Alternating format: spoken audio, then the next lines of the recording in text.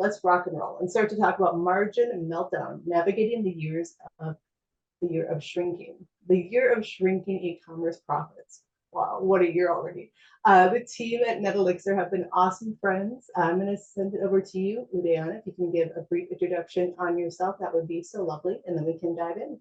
Thank you. Absolutely. Thank you so much, Tiffany, for having us and hosting us. It's really a privilege to now this has been, I think, about 6 years now since we have really done these sessions almost once a quarter and sharing a lot of the insights and numbers. Our insights are normally derived from an ongoing research that we do at NetElixir with about 75 mid-sized and large customers, all of them in the retail e-commerce segment, retail direct-to-consumer e-commerce segment as such. And these are mid-sized and large companies, so an average e-commerce revenue probably would be about $75 to $120 million e-commerce revenues. This topic has really attracted a lot of attention of late. And as I go through the presentation, Tiffany, we were discussing that this is actually, this has been the most registered webinar since COVID 2019. So, I mean, effectively, I think, basically the one that we did in July 2020. Along with the BWG group. So, I mean, there's understandably something which has resonated with people. And I'll share with you some of our actual data insights as well. But before I really jump in and share all of this stuff, a little bit of an introduction as to what I'm trying to cover today. I mean, a little bit about our company for those of you who may not really know as to who NetElixir is. I'll share some of the Q1 2024 trends and insights.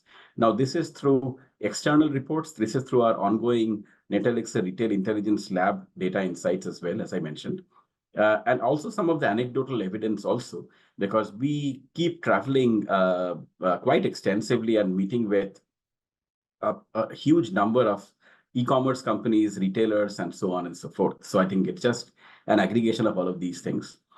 I'll also try to cover what is causing the margin squeeze, what is causing the contribution margins to get sharply squeezed, and also really do something which I hate doing, which is coming up with the Q2 forecasts. In a landscape such as this is never an easy job, but it is something which I'm extremely passionate about. And I feel that over the last since 2008, August, we started doing this. This is fairly strong in terms of directional accuracy as such. And last but not the least, I'll also share as to what some of the businesses that we are working with, as well as outside of NetElixir's client base, is doing to really prepare for this AI-first world of digital marketing as well.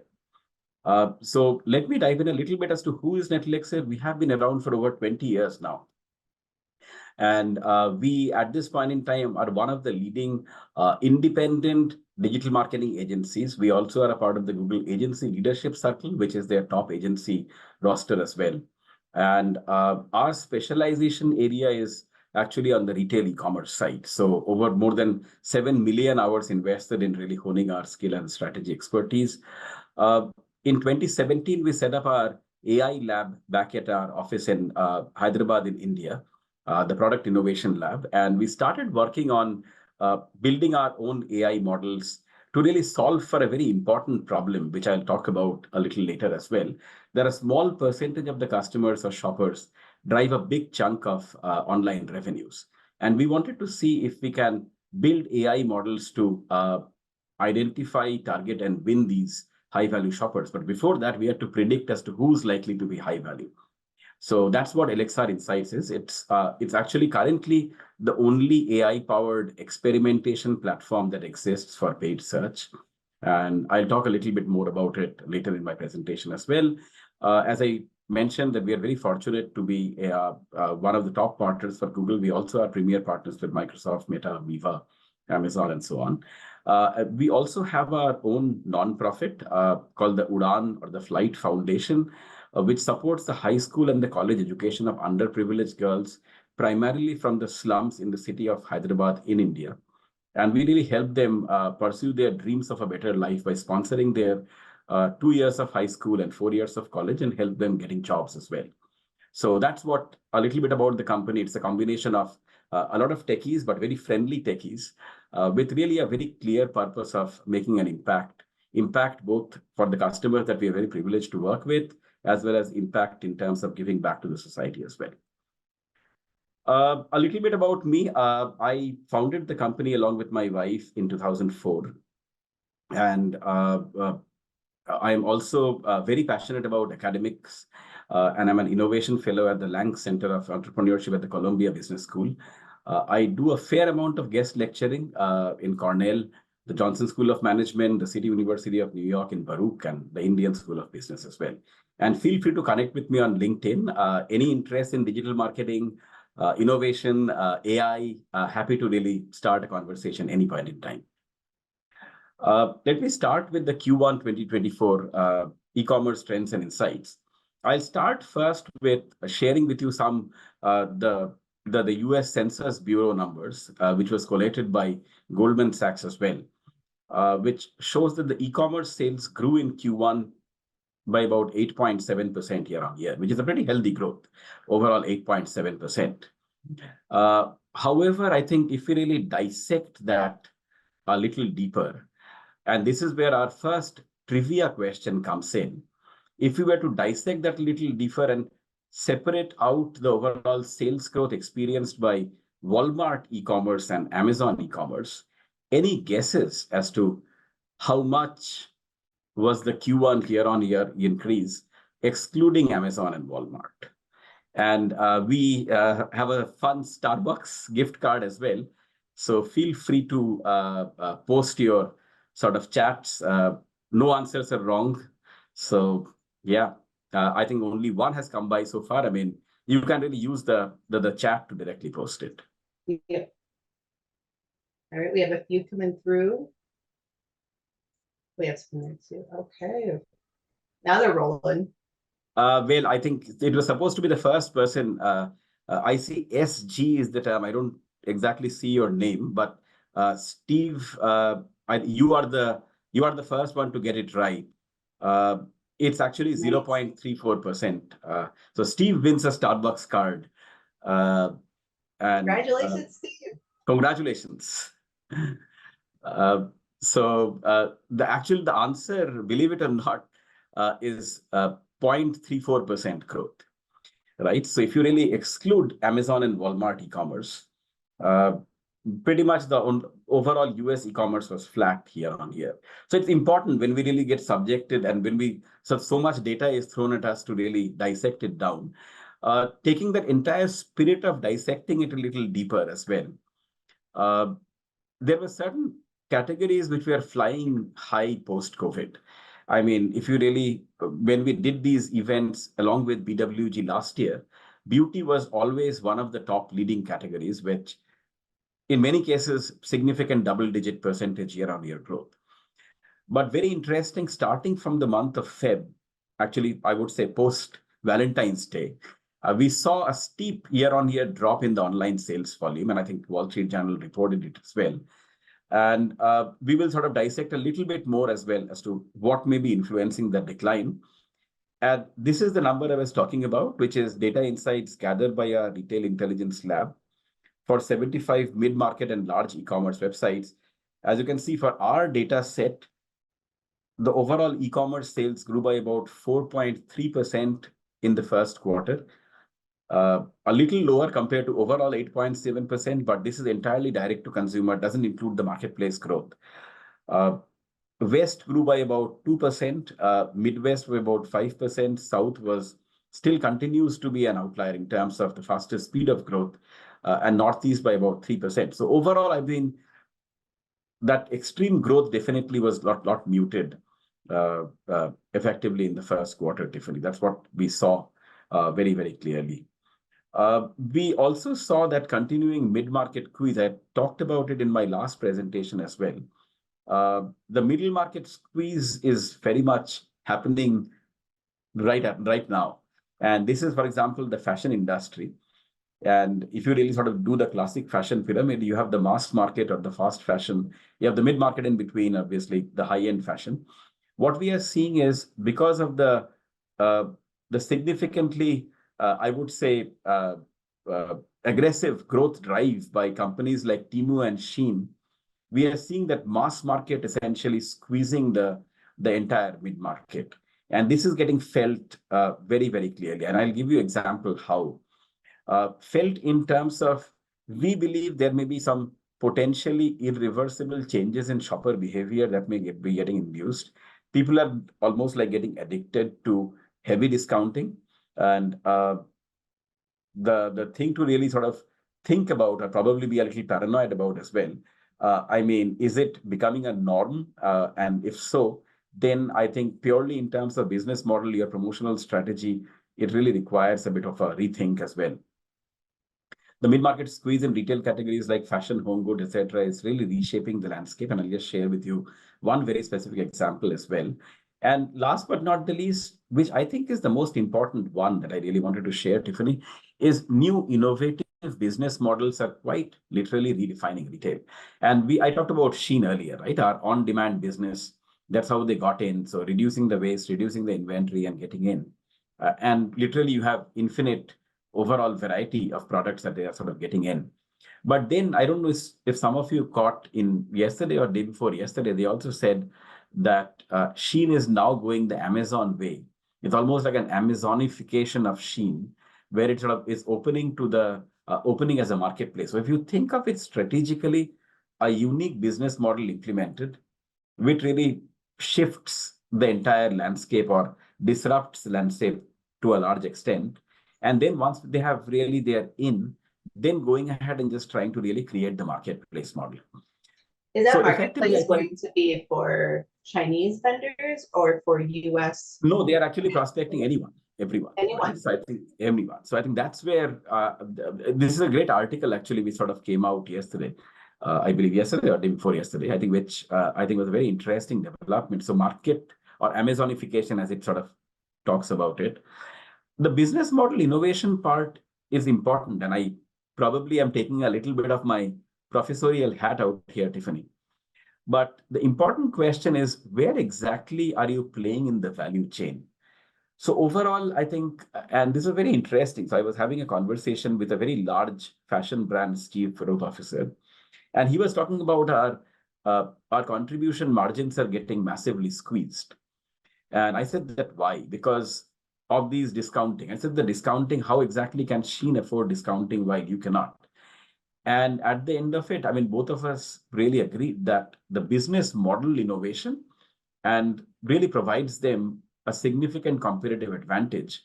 And unless and until the large fashion brand that I'm talking about replicates or tries to really come up with a better model, an alternate business model, purely in terms of business model competition, sorry to be very direct, and what we talked about it there, I don't think there is a chance.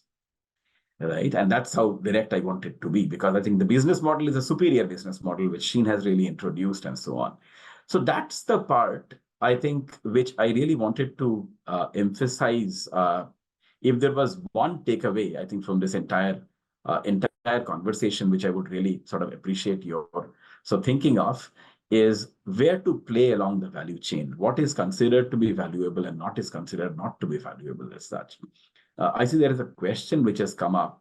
What retailers are mid-market? It's a fairly wide range. We have taken typically anywhere between $25 million to $200 million. So it's a pretty wide range in terms of annual e-commerce revenue, has been considered as mid-market in this case. Let me move on. Some of you, again, may have seen, I mean, as if the overall demand squeeze and the price competition was not enough, and the range that was being offered was not enough. We are also seeing that these companies like Temu are spending an inordinate amount of money, Tiffany, on just driving traffic and acquiring new customers. For example, Wall Street Journal published this about a month back, that Temu apparently spent an estimated $2 billion on Meta ads in 2023. And if the Meta and the Google ratio is to be understood, probably they spent another about $3 to $4 billion only in Google as such. Now, how many e-commerce companies in the US even have a revenue of $3 billion, let alone, I think, the advertising spend? So it's a struggle primarily because, one, through the advertising, they're everywhere.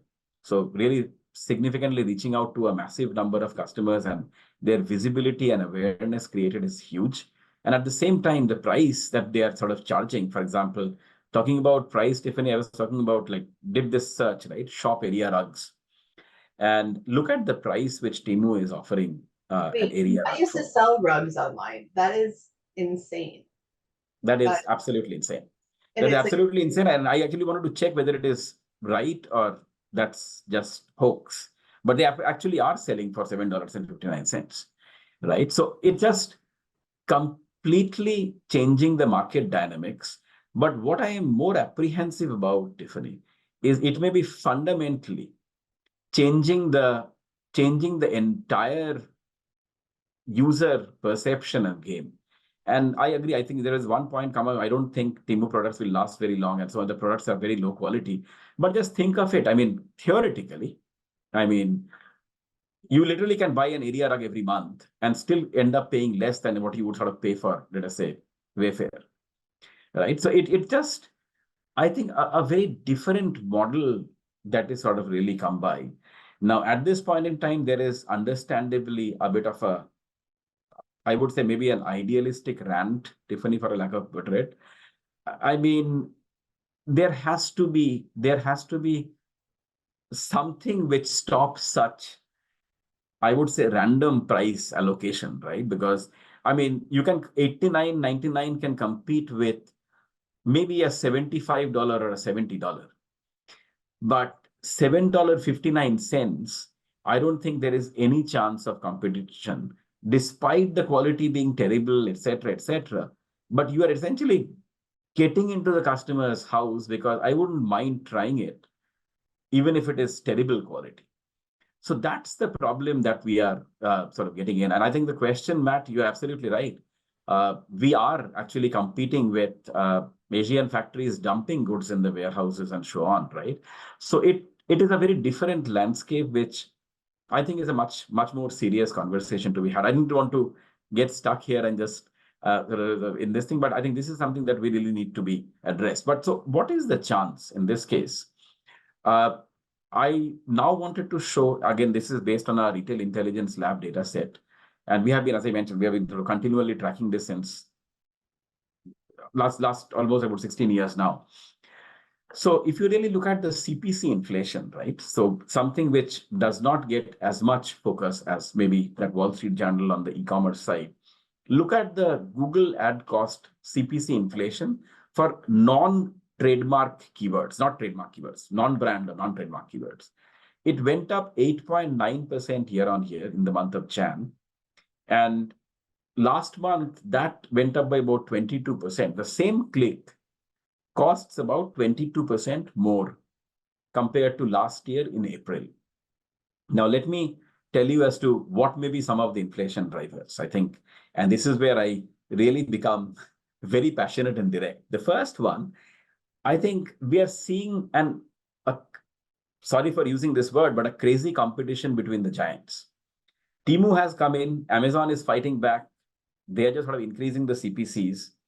And Amazon knows, probably, just being very direct, that Amazon can do that because it's basically the cost per click is subsidized. So let me explain this, Tiffany. So if you really go to literally any word, and just if anyone disagrees, happy to really have a separate conversation with you. Let us say a keyword, shop area rugs, or whatever it is, whatever this thing. And these days, the trademark keywords is there as well. So effectively, let us say Amazon is paying about $2 per click to advertise on Google, right? So Amazon comes up and let us say I'm Wayfair. In my thing, Wayfair, I see the Amazon ad popping up. Because people are likely to click, since it is Amazon, I think, again, the brand visibility and the overall prices that you get, you sort of click on it, right? So the moment you click on that Google ad of Amazon or Amazon advertising on Google ads, Amazon is paying, let us say, about $2 per click as an assumption, right? So $2, it just leads you into the Amazon site or the Amazon marketplace more appropriately, where you see the Amazon ad coming up, right? And let us say you click on the Amazon ad of the same company, which you could have done at Google itself, right? But because Amazon showed up and cannibalized your click, effectively you are clicking now on Amazon. So you end up paying, let us say, I'm just hypothetically making this up, $1.50 on Amazon. So Amazon has spent $2 advertising on Google per click, and it has made up $1.50 because you clicked on the ad, right? So net, Amazon is paying Google a subsidized amount in a very simplistic manner. There is a lot of economics there as well, only 50 cents. So you theoretically can never compete with Amazon.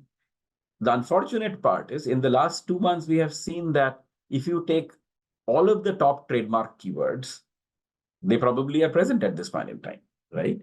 And I think the overall counter is pretty straightforward, that we have to be there. Otherwise, how do we compete with the Temus and the Sheins of the world and so on? So that's where I think the struggle is, that all of this is really squeezing the mid-market. So when I talk about the mid-market squeeze, I think that's very clearly real. And the contribution margins, for example, Tiffany, let's say last year, you're sort of making $100 unit variable cost of the advertising cost of $60, and your contribution margin was 40. Let us say you raise the prices in Jan to 110, partially to offset your extremely high advertising cost. $60 has become $90 now because your Google cost sort of costs a lot higher.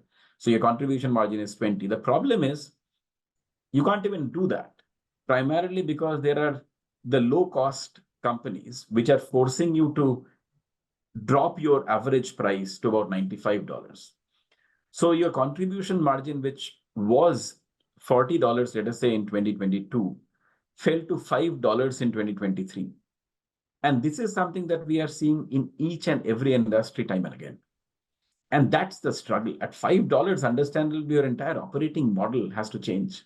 You really have to rethink how much should you advertise, what you should advertise. And the unfortunate reality also is, to counter that, the typical knee-jerk reaction is, let me cut the Google ad budget. Easiest thing to do, right? That's something that I can immediately impact. I can control the cost.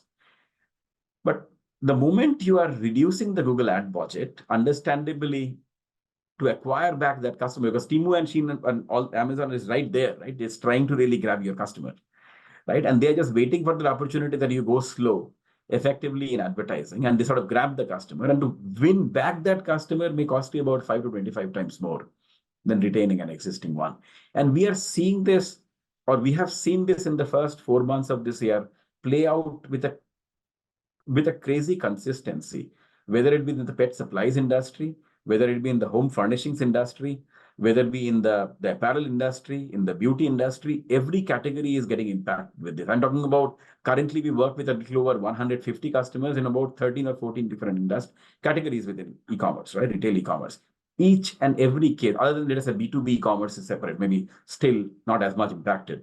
It's sort of just getting played out with a crazy consistency as such, which is difficult. So the struggle is, and again, despite the terrible product, etc., this was a very interesting analytics report from Ernest Analytics, which came out a little dated though in Feb, where you would see that after 12 months of operation, Temu's average customer lifetime value actually tracked higher than Walmart. So people, despite getting bad quality stuff, or let us say inferior quality stuff, they are still continuing to shop with Temu, right? So this is what is called the retention smile. That's the most astounding part. Is Absolutely shocking. So for reorders. Right. So just imagine as to what it would do in terms of the customer buying cycle. You are fundamentally altering the entire consumer buying cycle, right? And the moment you sort of effectively go slow, you're being more going on the defensive, essentially is Temu's opportunity. That's exactly what is happening. So this is, I think, one of the things which we see companies struggling significantly as well. So that's, I think, one of the things which I think has been really crazy. But let me pause here. I saw a bunch of questions come in. Yeah. Yeah, you're right. I mean, it's honestly speaking not sustainable. But if you really track the history of the parent company, Pinduoduo or PDD, and I can share an interesting article which also appeared in the, I think, CNBC or Wall Street Journal, which says that their model, even in China, was very similar to this, right? So coming up, heavy discounting. Temu apparently is losing about $7 per order, FYI, right? They're still sort of going after the customer acquisition. And their goal is to wipe out competition. And after that, once the competition is wiped out, they have a much higher market share, raise prices. So it's, I think, the same playbook is getting sort of played out again and again and again and so on. So it's just something which is much bigger than just advertising part. But I think just wanted to call out some of those combined effects, because in many cases, it's important that we really discuss this and bring it out in the open. Someone has to. So I think rather than just sort of, it's important to do that. So yeah. It was in January 2023 when they did the Super Bowl ad.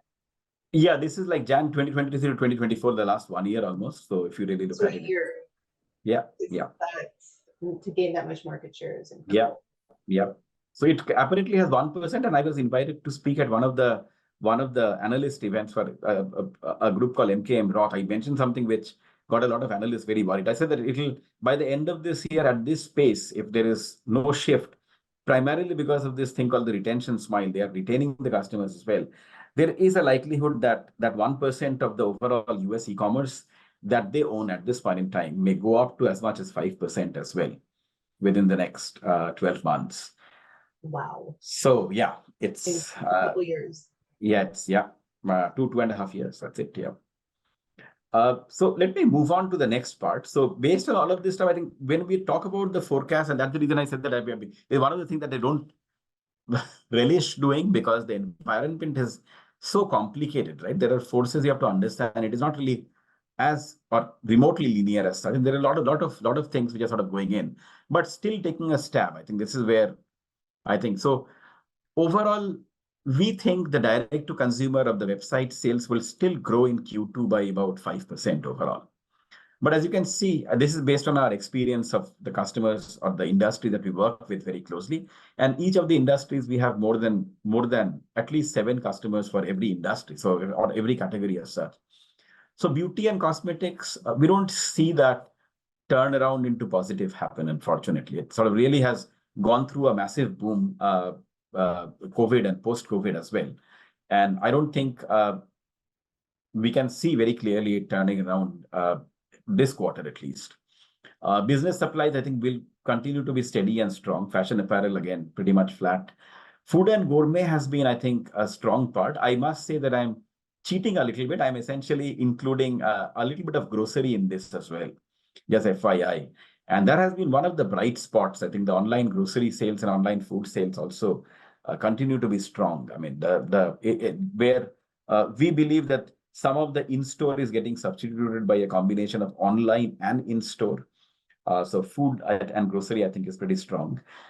Gifting, pretty much flat. Home appliances, maybe a little lower. Jewelry, a little lower as well. Pet supplies plus 5%. Tools and hardware, pretty much flat, a little lower as well. So it's a range, but yeah, I mean, it's just an overall thing, essentially, which sort of gets in. And so on. So that's where I think we are seeing all of these stuff. Happy to again answer any of the questions. I see a bunch of questions coming in. Any stats around the health and household category? Yeah. So I'll keep going.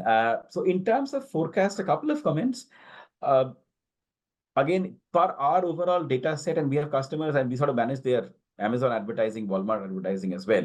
So over 55% of the total US e-commerce sales happens on marketplaces. I mean, it differs a little bit from the e-marketer data, but I think this is the number based on our data set, Tiffany side. There is a little bit of a deviation, but 55% we believe currently happens on US e-commerce marketplace. So the marketplaceization of US e-commerce is expected to continue. And it is our belief that by 2026, marketplace sales are likely to account for over 62% of the total US e-commerce sales. So significant chunk is marketplace part. So you have to understand some of the trends and some of these things, indications, I think are very important. Why is Shein even pursuing really a marketplace strategy? There is a reason behind that, because the consumer preferences fundamentally are shifting towards marketplace first as well. So wanted to sort of highlight that. The second one is more of adapting to change faced with the combined pressures of changing customer expectations and aggressive product pricing. Businesses will be forced to recalibrate their value proposition, place greater emphasis on services and customer experience, and where possible, rethink the business models as such. So I was having this very interesting conversation last weekend, Tiffany, with one of our customers who had flown over from Arizona to meet with us out here in Jersey. And we were talking about what is the value? Can you really differentiate or compete based on products? And I think after a lot of very heated but healthy conversation and a discussion and debate, I think we all agreed that the product as a differentiator may no longer be valid proposition at this time. Because any product that you can think of, and I sort of emphasize that any product that you can think of or make, I am pretty sure there is always a Temu or an Amazon lurking somewhere which can really build that very quickly and much cheaper. So purely product-led advantage or competitive advantages are either non-existent at this point in time or likely to sort of just be non-existent soon. So then how do you communicate? How do you compete? You essentially compete based on, one is the experience and the services part, but that also has some limitations. But I think competing on business models is interesting, but understandably, overnight, you can't really change your business model, right? It will take some time, but there has to be some rethinking about the business model. And the last part is, I think, an interesting one. Can you compete based on maybe your customers? Does your community of loyal customers really give you a competitive advantage? So effectively, I'm talking about building your brand community may no longer be a good to have factor. It probably is an essential factor for business continuity at this point in time. And we are seeing it time and again. Have you really identified those right type of customers, the loyal customers, or you call it the high value customers, whatever you may, right? So that is no longer an option because that gives you that layer of protection because of the loyalty of the customers and so on. So that's, I think, just a quick overview. How are we doing on time, Tiffany? I just completely lost track of time. We have about 15 minutes. Okay, so I'll just quickly go through the last part. So, I mean, in all of this stuff, and we, again, started off as a search firm. Now we essentially do, I mean, a lot more. I mean, primarily on the retail e-commerce side, do a lot of amount of paid social search, Amazon, Walmart, et cetera, but I have limited it to search, the new search ad landscape. But also what is happening is, I think the cookie deprecation, I know Google has probably taken too many rain checks now, but that thankfully is getting moved because GA4 still, I think, sucks. But despite all of this, there is a lot of preparation which is required to get to that place. But net, what we are seeing is the game has changed and it really requires new rules as well. For example, I'm pretty sure those of you who are doing the Google and Meta and doing the performance maxes and the Advantage Plus already know as to, you have seen as to how Google and Meta have really moved from a fairly open, controllable campaign to a more of an AI black box to an extent, right? So I think, so effectively with this change, I think the inputs for your really driving success for your Google advertising campaign has changed as well. So you really need to have the right quality audience signals.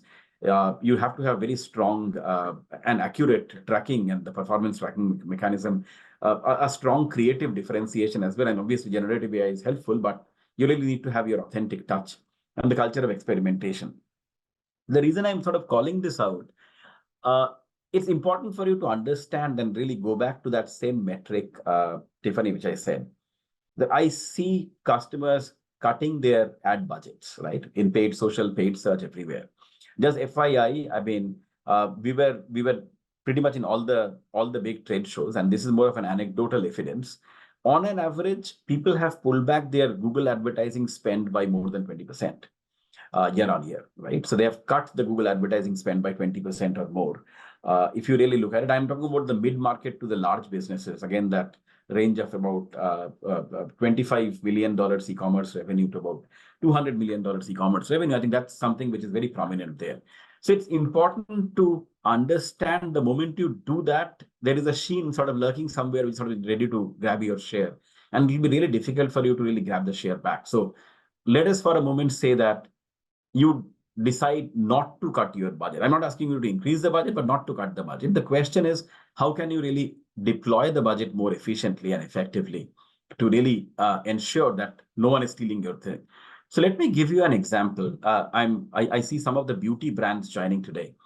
And this is data from Shopify. It's last year's data, so a little dated. But for the skincare category, the average retention rate of customers was about 21.8%. So that means if you acquired 100 customers, you retained about 22 and the 78 essentially left you. I mean, average customer acquisition cost was about $127 and average lifetime value was $176. But if you really look at hair care, you are spending $127 to acquire one customer who spends about $56, right, in their lifetime. So essentially what it means is every customer that you acquire, you're losing money.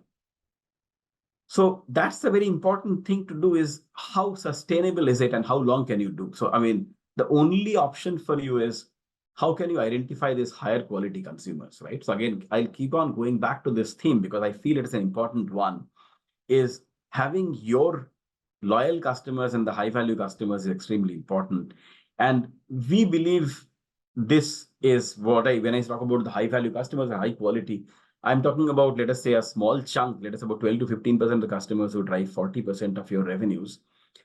Identifying that, winning that, and really trying to make lookalikes to find more like them. So effectively, you are building what is typically in the marketing parlance, I believe Seth Godin sort of talked about, a lot of marketers have talked about it, marketing gurus. You are trying to build your own tribe or community of evangelists or customer evangelists and so on and so forth. And this is where, I mean, we decided to invest, as I mentioned, in the Product Innovation Lab starting 2017. We built our machine learning models. And our goal was, how can we help e-commerce businesses profitably scale their community or business by building their community of high-value customers?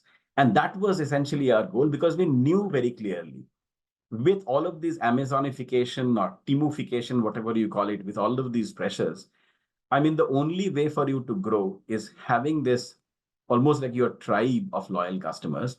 And that's where we built our AI marketing platform called Elixir Insights, whereby we are able to utilize our AI models to identify who the high value customers is, use that as an audience signal in PMax and let us say Advantage Plus to find lookalikes. And as a result of which, you are slowly but surely changing and fundamentally altering your customer mix. You're making it better. But there was still one thing which was missing in all of this part and so on. And that one thing, we got into this part about the experimentation part. The experimentation was important because, I mean, as we, again, sorry being very critical and direct, but Google today or Performance Max is pretty much a black box.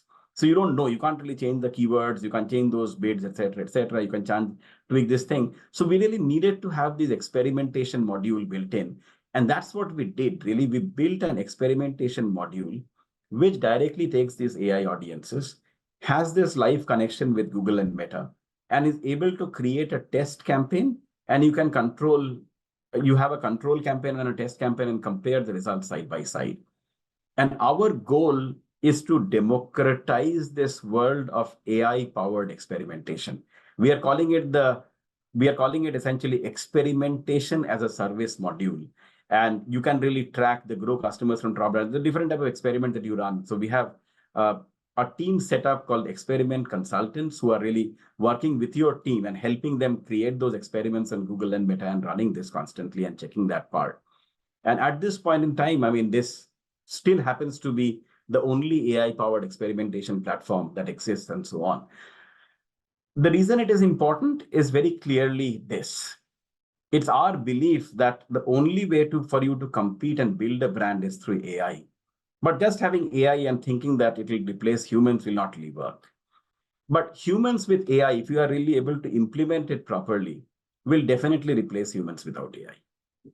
And what we are really offering to you is we have this AI platform, which we are happy to really extend, discuss, demo with you to solve a problem and really offer this as a test to any one of you. The outcome, as you can see, is pretty significant on your average order value, the quality of customer, the customer mix fundamentally changes and so on. So I'll just sort of end with this one. So effectively, in terms of which growth strategies do e-commerce businesses need to adopt to succeed in this fast changing landscape, and any guesses or any responses in all of this thing? I wouldn't say guesses, a wrong word. Yeah, in the chat maybe. Yeah. All right, they're coming in hot. I think, yeah, you're absolutely right. It's E. It's all of the above, right? So I'll let probably Tim, you will take a look as to who is the first one to sort of put in Tiffany. And it's like Ashley. Okay, Ashley awesome. McIntosh. Awesome. Congrats. Congratulations, Ashley. So it's basically a combination of building the community of loyal, high-value customers, embrace the AI marketing tools, which can really make an impact, create a culture of experimentation, and really shift from product-first mindset to a customer-first mindset. And you just don't need one or the other. You really need all of these, honestly, to really win. But you can win. I think that's the key message, because future of digital marketing that we are placing a bet on at NetElixir is how can we really democratize this world of AI-powered experimentation, because that's going to drive your future success. I'll be more than happy to personally give you a demo. You can just sort of scan this QR code if you are interested. And happy to really continue any conversations on the AI marketing topic, something very passionate as well, because some of these challenges we are seeing firsthand working with the customers. So we probably will be able to bring in some value in this thing. But let me pause there and open it up for any questions, Tiffany, that you may have. Thank you. Fantastic presentation. Thank you so much, Udayan. And a lot of questions and comments coming in hot. And I think it's great that you brought it around to democratizing AI and this data and looking at it that way, because there's so many comments in the chat and Q&A about monopoly and like less innovation, more wasted resources, more waste in general. Looking at when you look at like Shein or Temu and that business model. So, you know, looking at it as there is opportunity here to democratize and work together and build the community versus building a transaction. That is key. And I think that's a game changer for those that are willing to do that versus not. We'll go through here real quick. Yeah, we have a bunch of questions. I know. I love this. Thanks everyone for contributing. It's beautiful. Thank you. I think so. So this could be why retention is lower and acquisition cost is more expensive. Absolutely. Absolutely. Yep. Yep. This is an interesting comment. Oh, for many, many years, companies were not selling based on price. Instead, they were selling their service brand based on quality. People would pay higher for that. And now people are willing to pay the cheapest price regardless of the quality of service, product, or brand. Yep. Yep. It's a massive shift, right? I think it really forces you to rethink the business model per se. And I keep on emphasizing the business model. If you are interested, just send me an email. I'll share with you. I'm a big fan of this. Again, I'm not by no means sort of making a pitch for any professor, but a prof called Alex Osterwald. And he talks about this concept of business model innovation. And he is very convinced that business model innovation is the future in terms of building the competitive advantage. And I think it's important for you to really at least read that article, etc., etc. BCG, the Boston Consulting Group, has some research on that and so on and so forth. But I think it's interesting. We are seeing the shift happen.